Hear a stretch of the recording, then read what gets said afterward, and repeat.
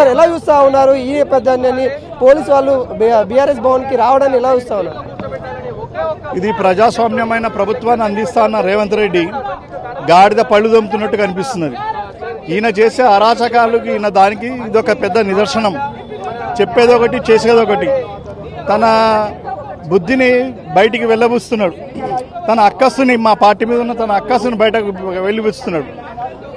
ఒక PD act ఒక నాయకుడి మీద పెట్టాలంటే ఎదుటోళ్ళ ఆస్తుల మీద దౌర్జన్యం చేయాలి, లేదా అరాచకమైన పనులు చేయాలి. ఒక ఎమ్మెల్యేను పట్టుకొని నువ్వు పీడీ యాక్ట్ ఏ విధంగా బుక్ చేస్తావు? అడిగింది ఏంటి? సింగరేణిలో 40 లక్షల టన్నుల బొగ్గు అన్యాకృతమైంది. వాటి విలువ, వాటి గురించి మీరు తెలియజేయమని అడిగితే మా గొంతు నొక్కే ప్రయత్నం చేస్తున్నాడు ఆయన. నువ్వు ఎన్ని గొంతులు నొక్కితే అన్ని రెట్టింపు గొంతులు బయటకు వస్తాయి. రేవంత్, గుర్తుపెట్టుకో, నీ కళ్ళు గోటీలు ఆడుకునే పరిస్థితి, ప్రజలు తీసుకొచ్చే పరిస్థితి తీసుకొస్తున్నావు. నీ ఒళ్ళు దగ్గర పెట్టుకొని పరిపాలన చేయమని మేము హెచ్చరిస్తున్నాం. అంటే ప్రభుత్వ ఆస్తులు ధ్వంసం చేయండి అని పిలుపునివ్వడాన్ని అది సరైన నిర్ణయంగా భావిస్తూ ఉన్నారని కూడా వాళ్ళు బీఆర్ఎస్ నేతల్ని ప్రశ్నిస్తూ ఉన్నారు కదా. అలాంటి వ్యాఖ్యలు సభమేనా అన్నట్టుగా వ్యాఖ్యలు చేస్తూ ఉన్నారు కదా. ధ్వంసం చేయమని ఎక్కడ ఆయన అనలేదు. ఆయన అలాగంటే మా లీగల్ సెల్ ఉన్నారు, వాళ్ళు ఇందాక కూడా చెప్పారు, వాళ్ళే తీసుకొచ్చి మేము అరెస్ట్ చేపిస్తామన్నారు. కానీ మా నాయకుడు ఎక్కడే కానీ ప్రభుత్వ ఆస్తులు ధ్వంసం చేయమని మేము అనలేదు. మేము కూడా 10 సంవత్సరాలు ప్రభుత్వంలో ఉన్నాం. మా నాయకుడు కేసీఆర్ ప్రభుత్వాన్ని వేయలేడు. మేము ఎక్కడ ప్రభుత్వం ఆస్తులు ధ్వంసం చేయమని చెప్పి అనలేదు, అన్నం కూడా. మాకు అవసరం లేదు. మా ఇనిత జ్ఞానం మాకుంది.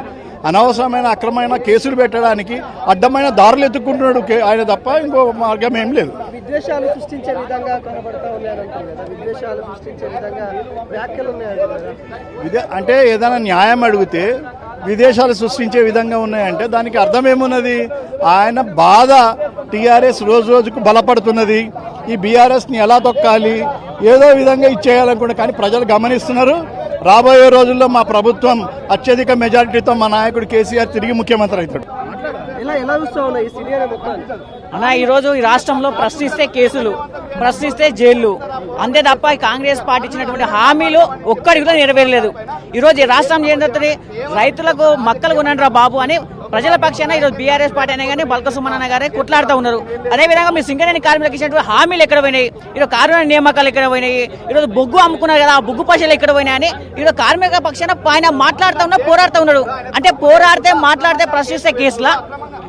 ఏమని మాట్లాడిన ఆయన? అరే నాయన, మీరు ఇస్తున్నటువంటి కార్మికుల యొక్క హామీలు ఎక్కడ పోయినాయి, కార్మిక నియామకాలు ఎందుకు చేస్తలేరని ఈరోజు ఒక ఇంటర్నల్ మీటింగ్ లో ఈరోజు మాట్లాడితే ఈరోజు అక్రమ కేసు వేసి ఈరోజు అంటే ఏమన్నాడు?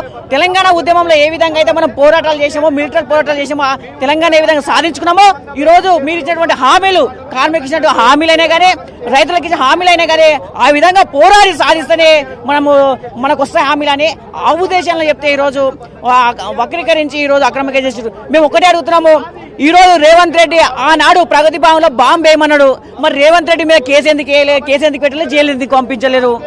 అదేవిధంగా అనిరుద్ధ్ జడ్చల్ ఎమ్మెల్యే మీద ఆయన అన్నాడు, ఆయన మీద కేసు లేదు. జడ్చల్ ఎమ్మెల్యే మీద జగ్గారెడ్డి మీద కేసు లేదు. వాళ్ళు మాట్లాడితే మీద కేసులు ఉండయి.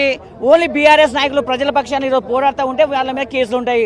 బిడ్డ, నువ్వు ఎన్ని కేసులు పెట్టినా ఏం చేసినా బల్క సుమన్ అన్న గారు ఎలాంటి భయపడడు. ఉద్యమాలనే ఒక 100 కేసులో ఉన్నటువంటి వ్యక్తి ఆ తెలంగాణ రాష్ట్రాన్ని సాధించడంలో ఆయన ముఖ్య పాత్ర వహించాడు. ఈరోజు ప్రజల పక్షాన పోరాడుతూ ఉన్నాడు. నీ ఎన్ని కేసులు వేసినా ఏం ఎవరు నమ్మడు. మేము ఏ దానికైనా కానీ పోరాడతాం, ప్రజల పక్షాన్ని నిలబడతామని తెలియజేస్తున్నాం. ఖబర్దార్ రేవంత్ రెడ్డి, కాంగ్రెస్ ప్రభుత్వమా.